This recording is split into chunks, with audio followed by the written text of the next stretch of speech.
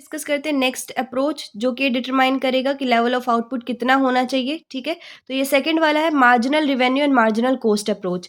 ये जो second approach है मोस्ट पॉपुलर मेथड है जिससे हम लोग फर्म का इक्विलिब्रियम पहचान सकते, फाइंड कर सकते, ढूंढ सकते हैं। Addition made to the total cost by production of one more. अब यहाँ पे ये समझते हैं कि मार्जिनल रिवेन्यू मार्जिनल कॉस्ट क्या होता है। मार्जिनल रिवेन्यू वो होता है कि जब हम एडिशनल यूनिट बेच करके, एडिशनल यूनिट यानी कि प्रोड्यूस करके हम लोग जब उसको सेल करते हैं तो जो हमें मिलता है वो हमारा मार्जिनल रिवेन्यू होता है। मतलब एक एक्स्ट्रा यूनिट बेच करके जो है जो हमें फ़ायदा होता है वो मार्जिनल रिवेन्यू होता है।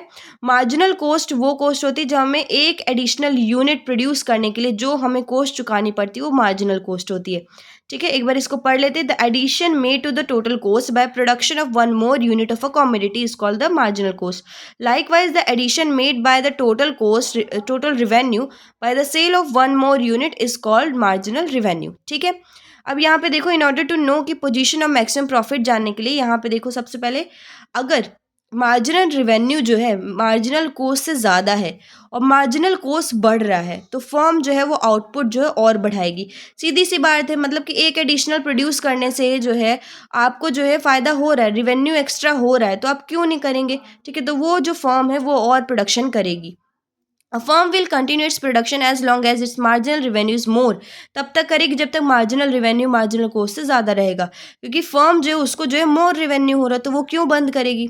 दूसरा है कि अगर if marginal revenue is smaller than marginal cost, अगर मार्जिनल रेवेन्यू जो है मार्जिनल कॉस्ट से कम है वहाँ पे वो फर्म जो उस आउटपुट को कम करेगी, क्योंकि यहाँ पे उसको जो लॉस हो रहा है उसको जो है और अपने ऊपर से चुकाना पड़ रहा है तो वहाँ पे उसको लॉस हो रहा है। दूसरा कि मार्जिनल यानी थर्ड है कि मार्जिनल रिवेन्यू मार्जिनल कॉस्ट के बराबर है, मतलब कि फर्म जो है इक्विलिब्रियम पोजीशन पे आ गई है, इक्विलिब्रियम पॉइंट पे आ गई जहाँ पे एडिशनल क्या कहते हैं खर्च करके एडिशनल मिल रहा है, वो दोनों जो है वो बराबर हैं, मतलब ना आपको लॉस हो रहा है और ना ही आपको प्रॉफिट हो रहा है, तो वहाँ पे इक्विलिब्रियम में आ जाएगी। और यही कंडीशन है ये कंडीशन है फर्म के इक्विलिब्रियम की कि जब मार्जिनल रिवेन्यू जो है मार्जिनल कॉस्ट के आज बराबर आ जाएगी तो वो जो है फर्म इक्विलिब्रियम में होगी।